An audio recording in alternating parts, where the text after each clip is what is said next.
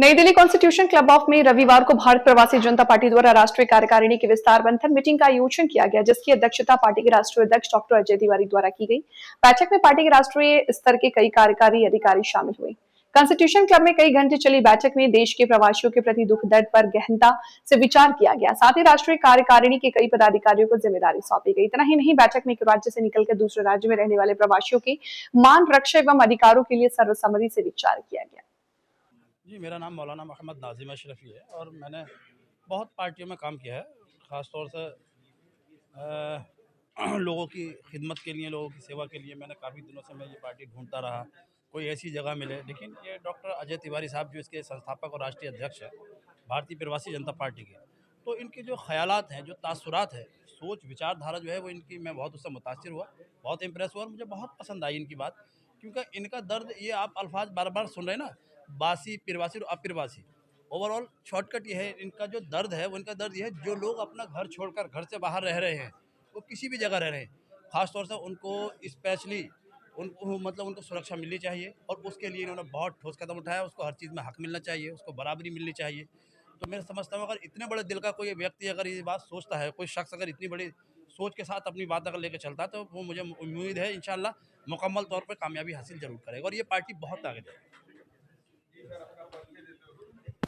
UPSC faculty हूँ मुखर्जी नगर में, UPSC बच्चों में पढ़ाता हूँ।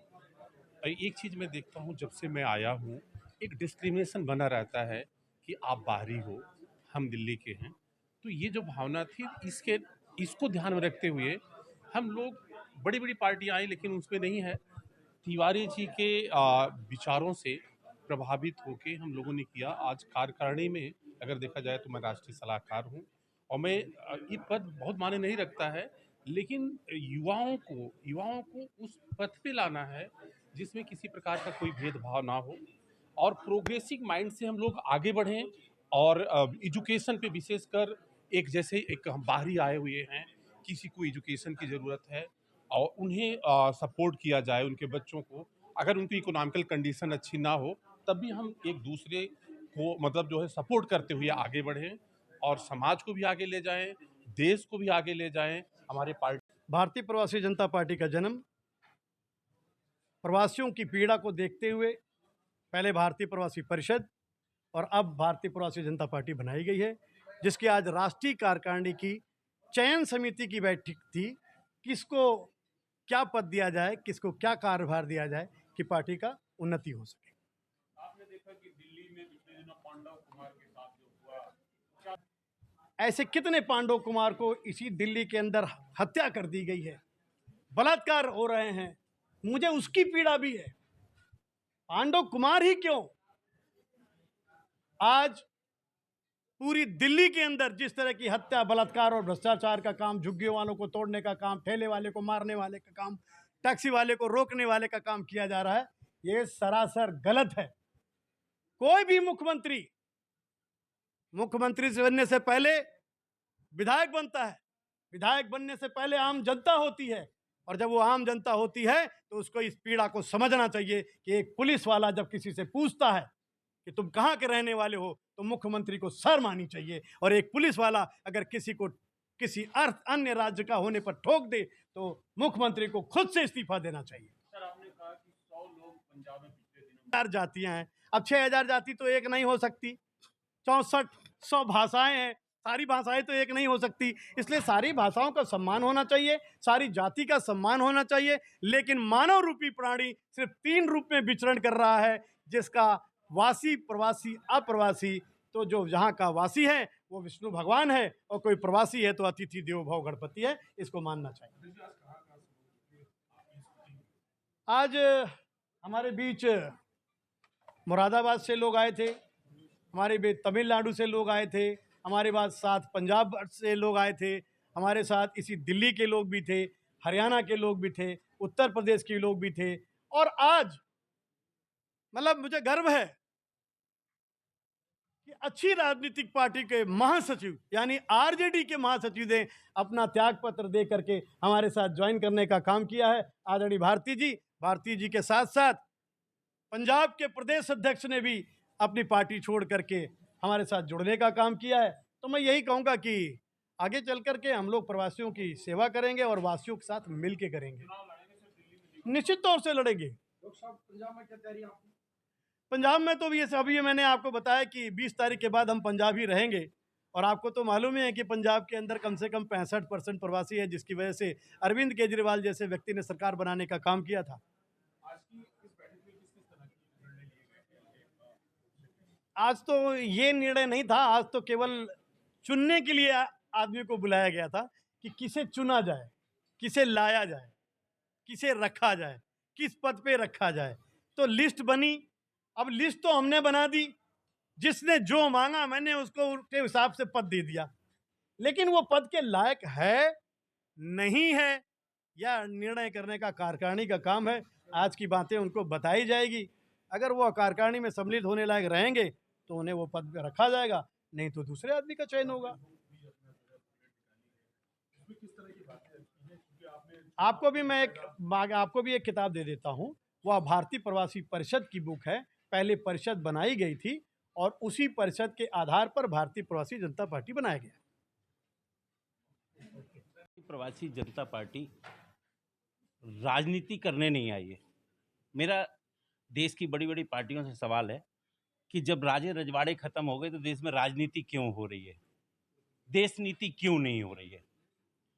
और देश नीति का मतलब है जब एक ही घर में बासी प्रवासी अप्रवासी एक ही घर में होता है तो एकता की बात क्यों नहीं होती, भारतीयता की बात क्यों नहीं होती, भाषा के झगड़े क्यों होते हैं, प्रांतवाद के झगड़े क्यों होते हैं। और भारतीय प्रवासी जनता पार्टी उन सभी को, क्योंकि सभी घरों में बासी और प्रवासी अप्रवासी हैं, इसलिए सबको ये एहसास कराने आई है कि हम सब भारतवासी हैं और सब एकता के सूत्र में बंध के सिंगल स्टैंडर्ड काम करेंगे कि एक भारत श्रेष्ठ भारत।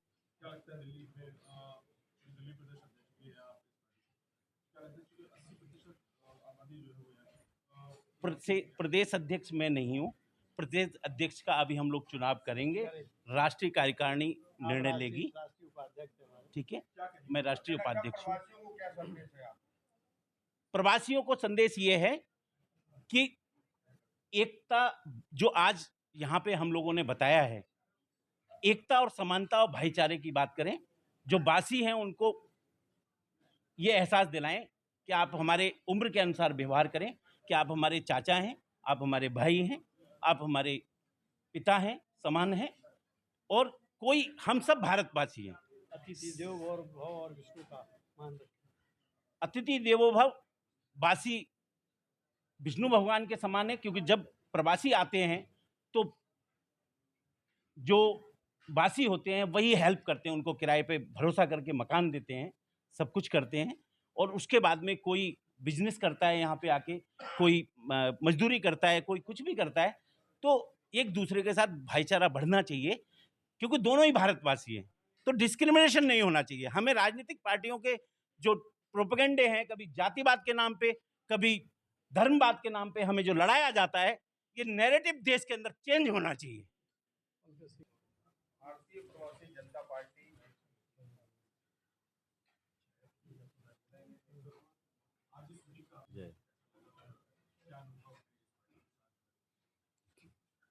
अनुभव जो हमारी पार्टी की लड़ाई है, समानता, समरसता, सद्भावना की लड़ाई है।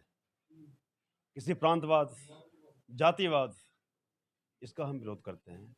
सब सर्वप्रथम हम लोग भारतीय हैं, भारतवासी। जातीय होना जरूरी है, लेकिन भेदभाव करना जरूरी नहीं है।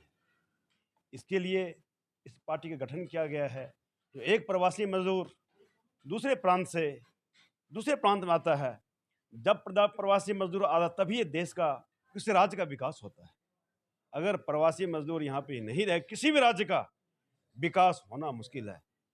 चाहे घर से शुरू कीजिए, दाई का काम हो, रिक्शा पुलर का काम हो, फिर टेम्पू चलाने वाला हो, डॉक्टर हो, इंजीनियर हो, IAS हो, IPS हो, हवाई जहाज चलाने वाला हो, सारे प्रवासी है, सब भारतीय है।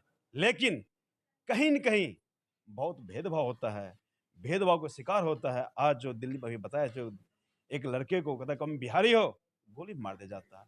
ये नहीं होना चाहिए। हमारी लड़ाई यही है, हम सब भारतीय, हम भारतवासी हैं, सबका समान अधिकार, सबका मान बराबर, सबका सोच एक होना चाहिए, हम सब भारतीय हैं।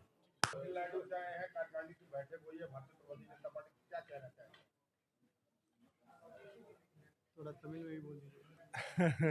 इरेंगे कुंजम सिंह, भारतीय प्रवासी परिषद का स्टेट प्रेसिडेंट तमिलनाडु।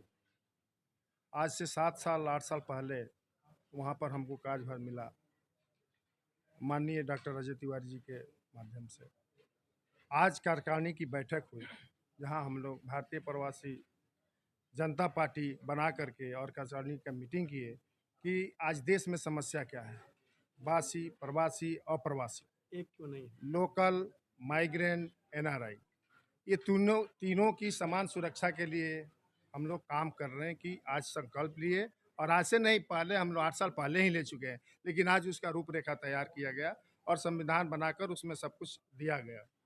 तो हम लोग ये देखना चाहते हैं कि वासी, प्रवासी और प्रवासी को तोड़ा क्यों जा रहा है। कोई भी पार्टी आती तोड़ करके, ये हिंदू है, ये मुस्लिम है, ये सिख है, ईसाई है, और उसका फायदा उठा करके लोग को क्षति